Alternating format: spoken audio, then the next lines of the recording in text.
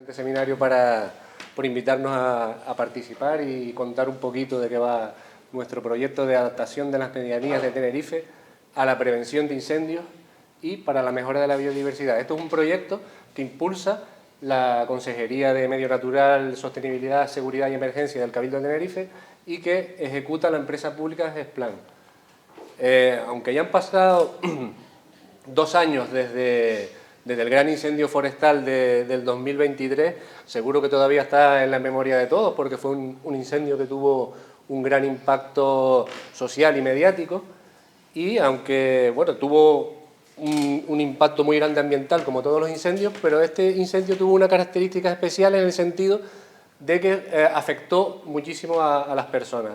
Dese cuenta de ese dato de 26.000 personas afectadas, ya sea por confinamiento o por evacuación de sus viviendas. Entonces, ese incendio puso en evidencia la vulnerabilidad de las medianías de Tenerife ante estos incendios y surgió esa necesidad de hacer algo, ¿no? De actuar para cuando ocurra un nuevo incendio, que por desgracia va a volver a pasar tarde o temprano, pues estemos más preparados para afrontarlo.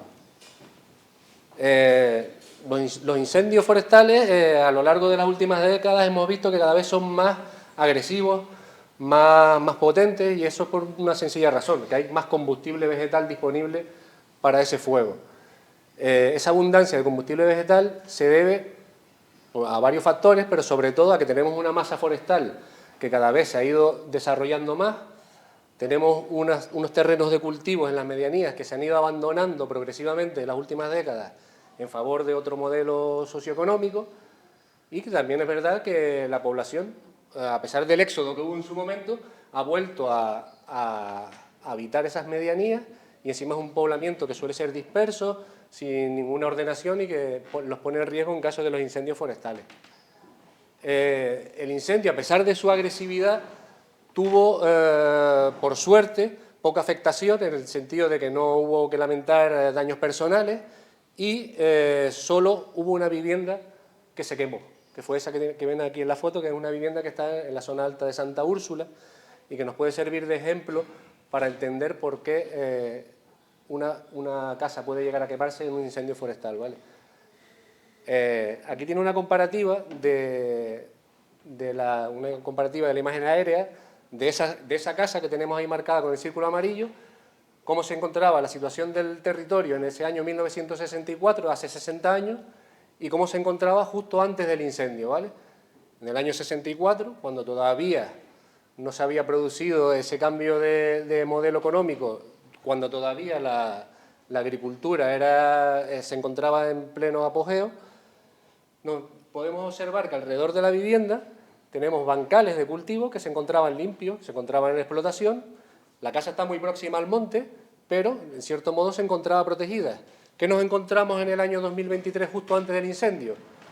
Ese monte empezó a ocupar, a avanzar hacia esos cultivos que se empezaron a abandonar y se empezó a ocupar además por un tipo de vegetación que es altamente inflamable.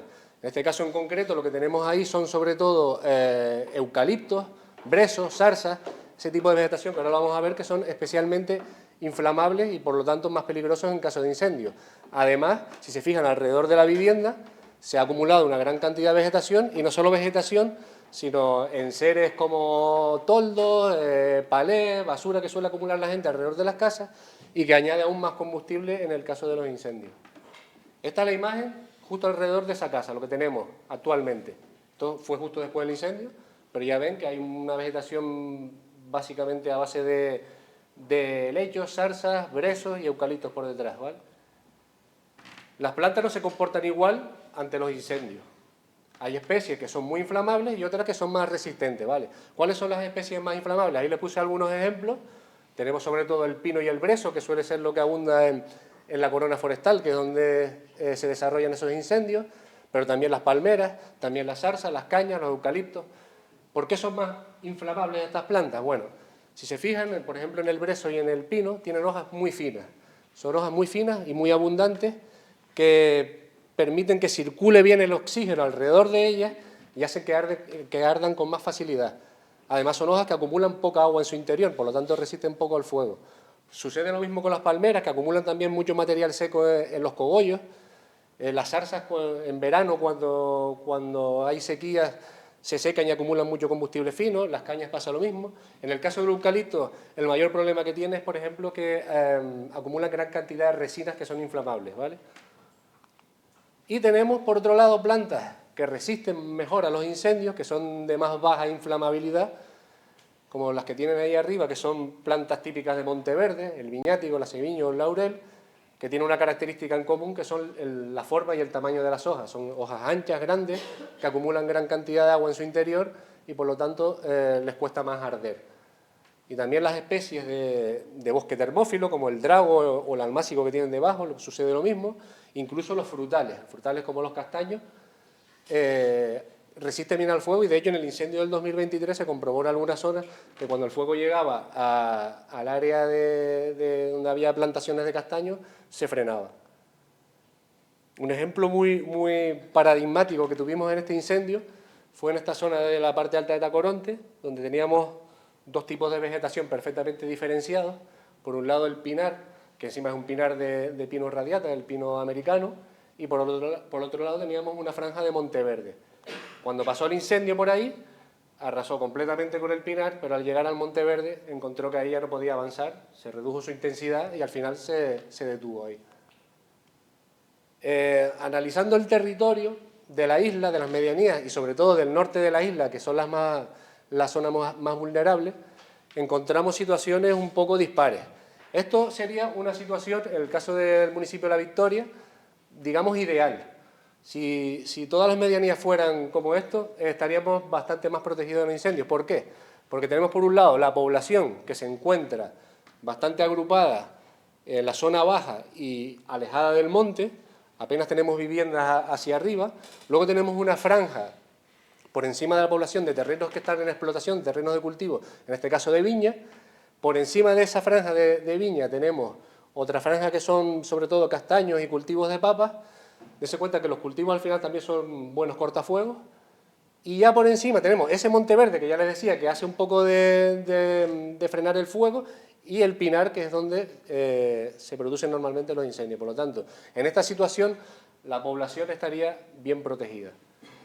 Pero lo normal que nos encontramos en el resto de las medianías del norte de la isla es, por ejemplo, lo que vemos aquí en el municipio de Ico de los Vinos. Tenemos una población que ha ido metiéndose cada vez más arriba hacia el monte, un pinar que encima baja hacia abajo y se forma ahí una especie de mosaico de zona forestal mezclada con cultivos abandonados y una gran cantidad de viviendas que además no han adoptado las medidas de autoprotección, que en caso de que haya un incendio ahí, pues vamos a tener un problema bastante grande. Esa foto es precisamente de esa zona de Ico, y es muy habitual tener una vivienda pegada literalmente a un pinar que además es muy denso. Entonces, nosotros en nuestro proyecto tenemos tres líneas de trabajo principales. La principal de todas es precisamente la de la autoprotección de esas viviendas frente a los incendios forestales. Tenemos otra línea que va un poco en concordancia, que es mejorar, aparte de recuperar esos terrenos de cultivo de las medianías, queremos mejorar su biodiversidad. Y tenemos también, como apoyo para recuperar esos terrenos abandonados, un banco de tierra que hemos creado a nivel insular, que aún no está operativo, pero será cuestión de un par de semanas. Ya está funcionando de forma interna, pero se va a publicar, es una página web que se va a publicar dentro de poco para que todas las personas que tengan terrenos de cultivo que no quieran usar o por los motivos que sean, pues que los puedan ceder, arrendar o lo que sea, para que otras personas puedan cultivarlos. Y además queremos impulsar, creo que se habló antes también de eso, el pastoreo como herramienta para limpiar las fincas y también de ese modo prevenir los incendios. Dentro de ese objetivo de autoprotección, nosotros trabajamos directamente con la población de las medianías, vamos a los núcleos, impartimos charlas divulgativas para explicarles un poco todo lo que hacemos y para que la gente sepa cómo deben actuar en sus propias viviendas a la hora de protegerlas de los incendios. Y también tenemos unas cuadrillas que intervienen para realizar labores de limpieza, no me gusta esa palabra, más bien de gestión del combustible vegetal en la franja de seguridad alrededor de las viviendas.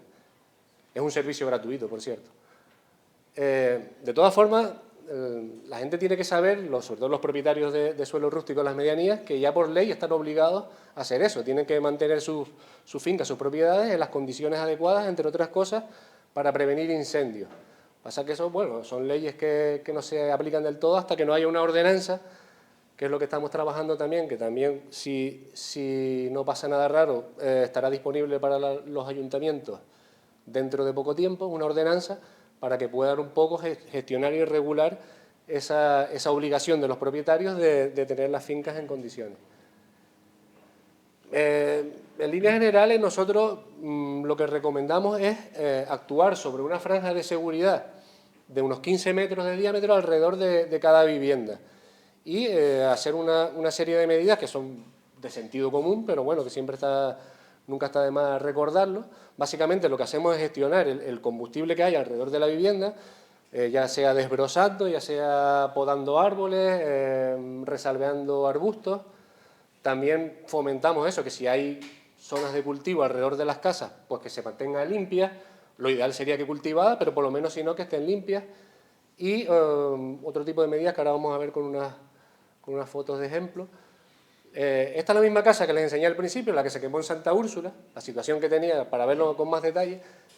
El círculo amarillo representa esa franja de seguridad de 15 metros alrededor de la casa y si se fijan, no estaba en condiciones, es decir, tenía una gran cantidad de vegetación pegada incluso a la fachada de la vivienda, había una acumulación había ventoldo, de enseres y al final se dieron todas las circunstancias para que, en caso del incendio, como sucedió, se quemara la vivienda.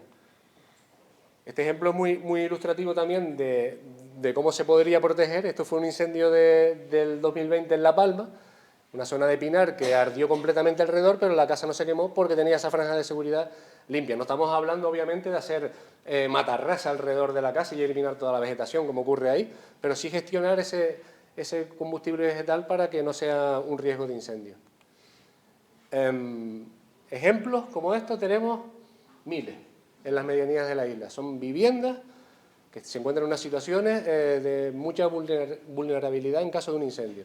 Esto es en la zona alta de la Florida, de la Orotava, y es una vivienda que, como pueden ver, está completamente rodeada de vegetación, además de vegetación muy inflamable. Ahí tienen pinar, tienen brezos, tienen zarzas, tienen incluso una palmera adosada a la vivienda. Y vemos ejemplos, ya les digo, como este, un zarzal que literalmente está engullendo una casa, en este caso es en La Esperanza. Y también tenemos ejemplos de cosas que están bien. Esta casa tiene su franja de seguridad despejada, tiene el tipo de vegetación que tiene alrededor, si se fijan, son sobre todo frutales, como ese nisperero que ven ahí, hay también castaños, son plantas que resisten bien al fuego. Una de las medidas que nosotros tomamos con las cuadrillas cuando intervenimos en una propiedad es, en el caso de que haya árboles cerca de la vivienda, es podar las ramas bajas, sobre todo hasta una altura de unos 3 metros más o menos, para evitar que el fuego tenga continuidad vertical hacia la copa, ¿vale? En el caso de la izquierda ven una vivienda que ha hecho bien las cosas, se ha podado ese pino, además fíjense en el suelo alrededor que no tienen vegetación. También hay un detalle que ahora les cuento, que es las ventanas. Las ventanas están protegidas, tienen unas contraventanas. Dense cuenta que en la mayoría de los casos las casas que se queman en los incendios es porque el fuego entra por las ventanas. Es decir, los cristales estallan con el calor y cualquier chispa que entre, ahí detrás una cortina o un sofá o lo que sea, y ya el fuego está dentro. En el caso de la derecha es justo lo contrario. Esto es una propiedad en la que nosotros intervenimos dentro del proyecto. Ese es como estaba antes. Tenían ese pino que encima las ramas, al dar sobre el tejado, están depositando pinocha ahí, que también es otro factor de riesgo. Tienen acumulación de basura alrededor, de exceso de vegetación. Más ejemplos de árboles cerca de la ventana, que es quizás el factor de mayor riesgo a la hora de que se pueda quemar una vivienda. Encima son pinos, son palmeras, que como les dije antes son especies muy inflamables.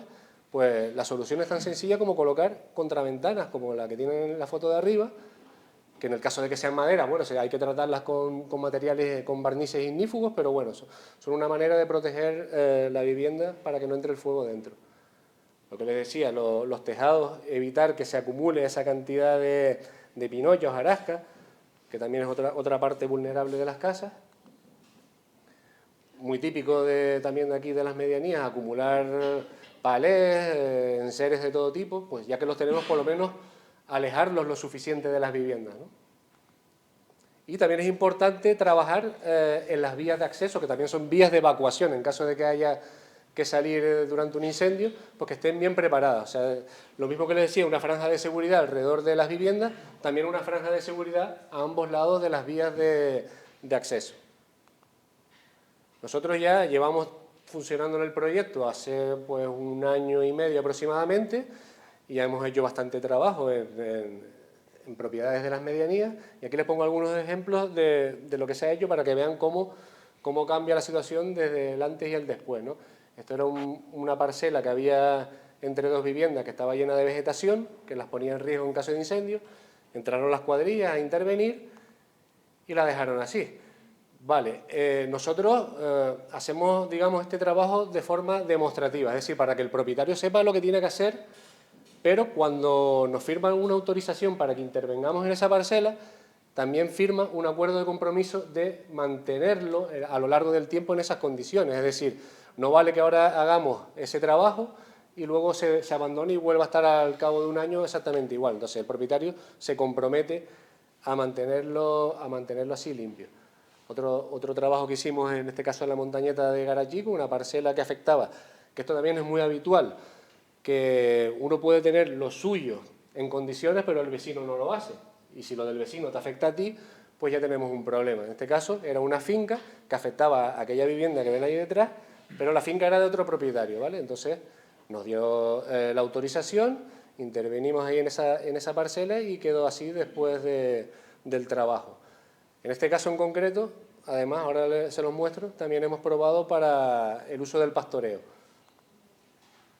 Otro caso diferente en el que teníamos en este caso una masa de pinar bastante densa, pegada a unas viviendas, en este caso en la zona alta de Arafo, que precisamente es donde empezó el incendio del 2023, y después de la intervención de las cuadrillas, que lo que hicieron fue básicamente podar las ramas bajas para que no haya esa continuidad del suelo a las copas, también separar copas de pinos, eliminando aquellos que les aportaba mayor densidad, pues quedó así, y en este caso pues quedan protegidas las viviendas.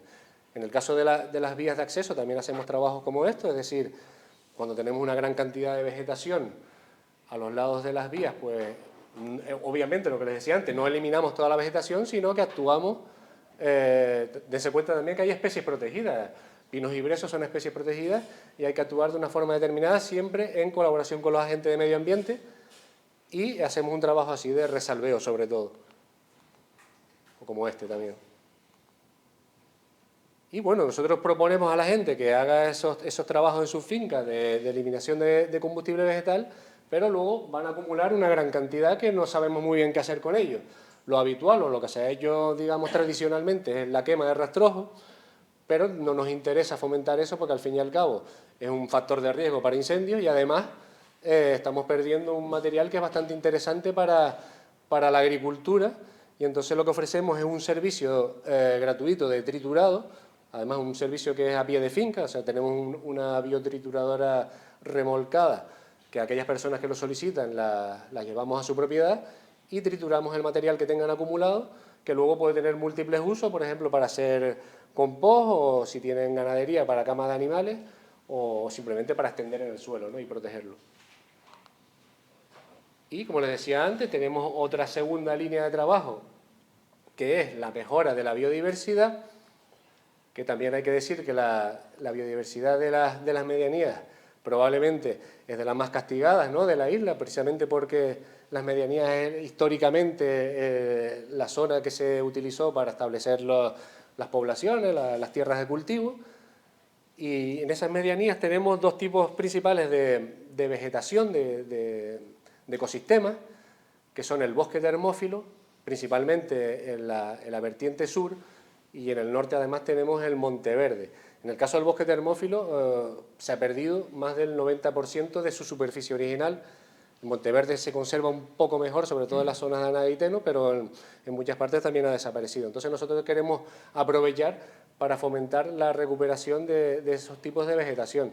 ¿Y cómo lo hacemos? Bueno, una de las medidas que queremos implementar y que estamos haciendo con los propietarios que nos lo solicitan es introducir plantas de flora canaria endémicas, autóctonas, dentro de las zonas de cultivo. Estas dos imágenes son de dos fincas que están haciendo este tipo de medidas, que las lleva el compañero Julio. Un buen trabajo que está haciendo ahí. En el caso de la derecha tienen la huerta grande de Villaflor, que si no la conocen les recomiendo que la visiten porque es un proyecto muy interesante. Y a la derecha también tenemos una finca en Tegueste. En este caso lo que se está haciendo es introducir especies de flora canaria combinadas con los propios cultivos, ¿vale?